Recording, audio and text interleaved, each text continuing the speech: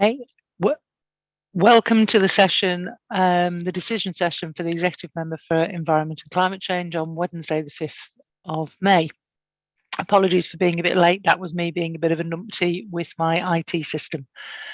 So we have a couple of papers on our agenda today, but we'll start with declarations of interest. I have no declarations of interest, so that's an easy one.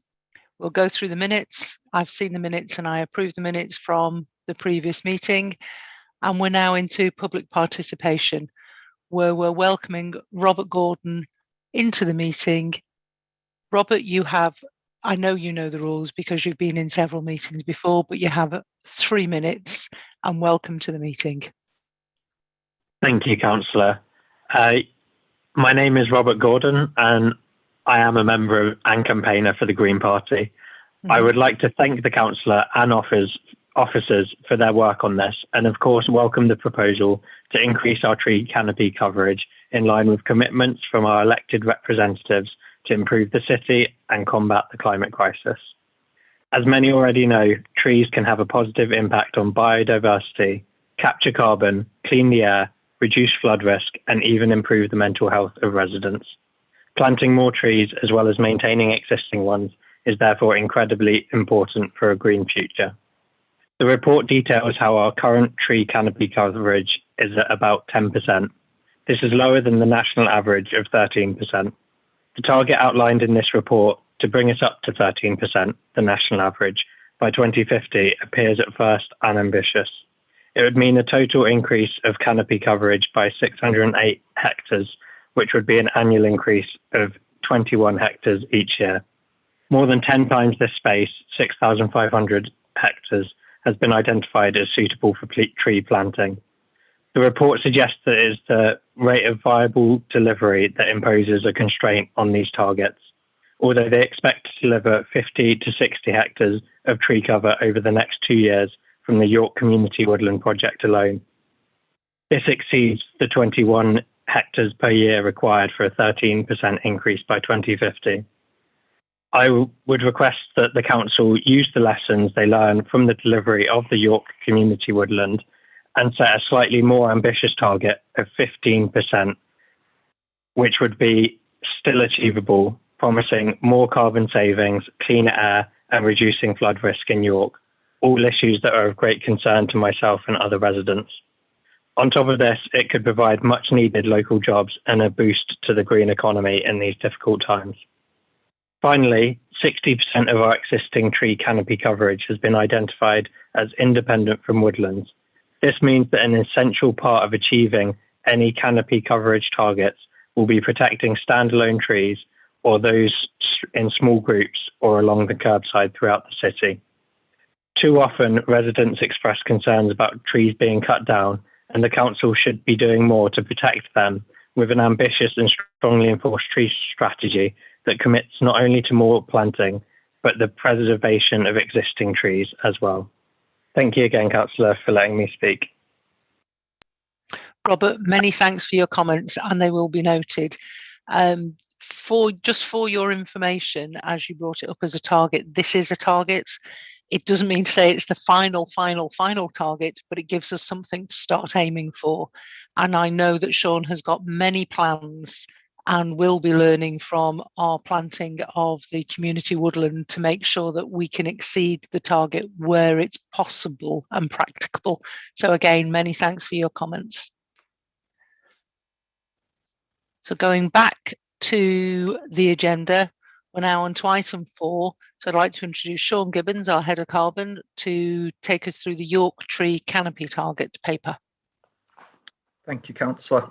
So this paper identifies a tree canopy expansion target for York, moving from our current coverage of 10.76% to 13% tree canopy cover by 2050. This target will contribute towards the city's net zero carbon ambition, increase biodiversity, and improve local air quality. To my knowledge, this is the first time that York will have had a target for increasing our tree canopy cover. And to achieve this target, we'll need to both protect our existing trees across the city and plant over 10,000 new trees every year. The council making huge progress towards this target with the planting of over 50,000 trees by the end of 2023 as part of the York Community Woodland, and we encourage other organisations and residents across the city to also support this ambition by identifying their own opportunities for tree planting. I'd like to thank the White Rose Forest Partnership for their support in helping us develop this ambitious yet achievable tree canopy target for the City of York, and ask the executive member to approve the 13% tree canopy cover target and acknowledge that this target will form part of a wider target across the White Rose Forest region. Sean, many thanks for that. And absolutely, I approve the 13% target, which, just to build on the information that you gave inside of your paper, we're working within the White Rose Forest, within the Northern Forest, and across North Yorkshire in their flood alleviation to plant 200 hectares upstream. And I know that Steve Ragg has got some extremely innovative plans to use tree planting to slow down flooding or alleviate flooding across the Yorkshire region. So all of that comes together. It's not just York, which is what I'm delighted to hear. I always get this bit wrong, Richard. So do I now formally say I accept the report and I agree with the recommendations? I think that's the one. For Joe, Okay. I think. Agree the recommendations. Yeah. Agree the recommendations. Many thanks, Richard. I always get it wrong. I always use the wrong form of words. Thank you ever so much, Sean. Thank you. Okay, moving on to the next item on the agenda is Steve Ragg, who I was mentioning in the previous paper. So, Steve, would you like to take us through the York 5-year flood plan update, please? And I'd like to welcome Ben Hughes from the Environment Agency. Thank you, Councillor. Good afternoon, everyone.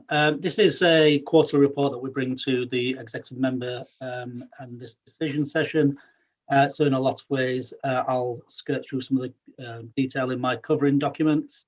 Ben Hughes is here from the Environment Agency, as you mentioned, to talk through Annex 1 and 2, which are the normal update paper that Ben brings to this meeting, but also an additional paper which delves into the current programme finance and outturn situation a little bit further, but I'll not steal his thunder. I'll leave him to go through that. So talking through the overview paper, just a few extra items on there that are more pertinent to City of York Council. Within there, we have some explanation of the ongoing work at Germany Beck, which is one of the flood schemes within the wider Environment Agency-led programme, which City of York Council are taking forward rather than EA colleagues. It's being part funded by EA funding and the funding from the programme, but also funding from City of York Council and also some development gain funding down there. We've got through the initial appraisal stage on that, and we've got the consultants on board now who are taking this through detailed design and to get all the permissions in place, so planning and all the other things that are there. We've had a number of design meetings on that, and we've also had further meetings with the community, which has been hosted and led by the Ward Council, which is Councillor Keith Aston. And to date, everything's looking good on that. The progress of the scheme is going as we expect, and we would like to see that scheme with full permissions in place and ready to enter into the construction phase in autumn this year. I'll report back at the next meeting, obviously, Councillor. What we do need to do is we need to involve the contractors at this stage, which is something we're just doing, just to highlight whether or not we go immediately into that construction phase, or it may well be that they advise for a better programme, and perhaps even a shorter programme of works that might be early in the next calendar year, perhaps. That's all down to the engineering complexity, etc. But I'll update further at the next meeting on that. And then the other one, but just before I pass on to Ben, just so I do the majority of my talking now, is Annex 3 of the paper, which is something you touched on before. We've been successful in receiving funding from DEFRA and the Environment Agency as part of their Innovative Flood Resilience Programme of work. Fantastic. We put in a bid for this project in January time, and we found out just before Easter that we're one of the 25 projects that are being funded to deliver a whole range of innovative flood solution ideas across the country. Ours is really centred on developing natural flood management in the Swale, Ure and Nid catchments, which flow down through the Ouse and into York. So we're working very close with North Yorkshire County Council. Lots of catchment partnerships, the Delta Vale Rivers Trust, the National Park, and others. And our proposal is to link those upstream that can provide natural flood management, whether it's afforestation, as you touched on earlier, or filter strips, or changing the way that farms are managed, and connecting those downstream with the ones that benefit. So some really detailed and innovative modelling to actually show that if you do this in this location, it will deliver these benefits in this location. And then marry up the two sides of the relationship there with some innovative and wide-thinking funding vehicles that could be brought in to help fund that as well. So we're obviously at the very start of this. It's a 6-year journey, so it's a 6-year funded programme. And we're at a phase now between now and early next calendar year where DEFRA and the EA want us to do some work on the business case to get it into its final version, and then we'll be into the delivery phase of the project. So over the next period between this meeting and our next councillor, I'll be starting to recruit to the project team, and the consultants will be developing that early business case, well, furthering the business case that we produced for the bid, and hopefully we can move into that exciting project going forward. Fantastic news and really exciting times. I know that the residents in Fordlands and around Germany Beck will be delighted to hear that the construction team is starting to be mobilised. And I know you'll make the right decision regarding whether it's before the winter or after the winter due to the engineering complexities, and how fabulous that we're working with all the partners across North Yorkshire to generate what I would call third geography, because I'm not wonderful at all the different human sciences, and make sure that the geography actually works with us and that nature works with us to alleviate York. That is fabulous news.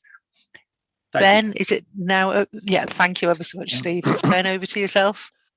Thanks, Paula. Thanks, Steve. I think just reiterate, great news on Germany Beck, and also great news with the bid, a successful bid for the work that you're looking to do, Steve, over the next few years. I think it is really innovative, and it will make a step change in how we manage flood risk into the future. So really, really good news. Just wanted to talk just quickly through the two papers that I've submitted. So we've got Annex 1, which is the normal update. That paper was submitted back in March.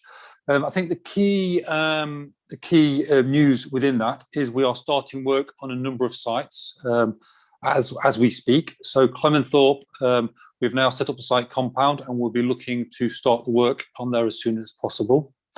Bishopthorpe should start this week with the compound, and then the works will start straight after. We're also looking to start the work on Museum Gardens, and again, that's looking that we'll start putting the compound in next week, hopefully, and then move straight into construction on there. And then finally, the Foss storage area, so upstream of Strensall, the large flood storage area. We are looking in June to get onto site and to start constructing that. As well as that, we are back on the cell we call B4 down at Lendal Bridge, where we're looking to put in the final piece, the floodgate under Lendal Bridge. And you will also notice on the paper there is an additional project that we've called St George's Field Car Park, or St George's Field, and it includes some work to raise the wall around the car park, which forms part of the flood defence. But there's also some work on Tower Street to potentially, we're looking at some sort of demountable defence to stop the water potentially coming from the Ouse sort of back round and into the Foss. And also working with Steve around some other opportunities down at Peckett Street, and also at the park, Tower Street Park as well, around how we can maybe hold the water back there for longer and save putting the sandbags in there that we do regularly. So that's probably all I want to say on the first paper, and I'll come back, if there are any questions, let me know. Just moving briefly onto the second paper. So this is probably the first time we'll be able to share a full I suppose, list of projects and sort of allocations for the money that we've got from government. Now, this breaks down the funding that we have and that we've received. And I suppose, news is that we now have £64 million of funding from government to spend in York, and that's excluding the £38 million we're spending on the Foss barrier. So the overall investment in York is £102 million towards reducing flood risk in York, which is a real achievement for ourselves and with Steve's support to get that money in to York and to be able to spend it. The priority, I suppose, is we've pulled together all the list of projects put together. We've followed the sort of priority scoring that we have presented, I think, a couple of times at this meeting. Along with that, probably the key element is the driver, or should I say, around it, is the benefit cost. So we have to assess each scheme with benefit cost, and this is essentially what has fallen out of that, if you like, of that process. So say we've got the list of schemes in Table 1 of Annex 2, and that basically gives a split down of the costs. A couple of small things within that, in the sense that we've now got the Tower Street on there for about 250k. We have contribution towards Fulford and Germany Beck, again, which we've made allowance for. But there is also a line around COVID impact reduction. Essentially, we've identified over the last 12 months that there's been additional costs due to COVID. What we've been told is that we can put a business case in for that to get that back, so we don't lose any money that we're currently spending on the projects due to COVID. So that explains that. So do you have any questions on either of those papers? No, I'm delighted to read both of the papers, and what I'm really pleased to see is what a good partnership we've got going, and the open and honest communication between ourselves, so that we know when things are working really well. We know if some support needs to be put in various places. And for between the two of you, for you to find £102 million to be spent on our city to protect our residents, that is fabulous news for the residents, and should be really, really build their confidence, especially the way that you're working together on Tower Gardens and Peckett Street, so that we're not permanently having the cost and the intrusion of putting the sandbags out. I'm delighted to hear that the Foss storage is happening, because I know that that's been complex due to the different council areas, and it is now all, full guns ahead. It's brilliant. Mm-hmm. Really, really, really good news, and really good working across the piece. We need to keep the dialogue going. We need to keep and emphasize the partnership working, so that we get to the solutions as fast as we can. So I'm very pleased to receive the papers. Any comments, Steve? No, thank you, Paula. Thank you for that. Yeah, I just echo all of that. I think we're in a situation now where the partnership's working really well in terms of driving the programme forward. There are some difficult decisions that have had to be made around the content in Annex 2 about how we use the programme effectively, and some of the redesign work and design workshops that Ben and his team have had to convene. Have obviously had to stand back and look at these complex problems in a different way many times. We will continue to support in every way possible across this, but I think one of the things we need to be aware of is just there's so much work going on in the city as we emerge from a COVID situation. And sometimes just the minutiae of aligning some of these things up, time on the network and getting the approvals for this, that, and the other is sometimes difficult, but we do get there and we do keep this moving forward. That's the key, I think. Okay, well, I'm delighted with all parts of the reports, and thank you for the work, especially on behalf of the residents, and making sure that we alleviate the flooding as much as we possibly can. So thank you for your papers. I don't think I have to approve anything. I just have to accept them. Is that correct? Yeah. Perfect. I'm just making sure I use the right form of words again. Okay, so I am unaware of any urgent business, which is the final part of our agenda. So I can bring this meeting to a close. May I just say, if anybody is watching, many thanks for watching, and thank you for your participation.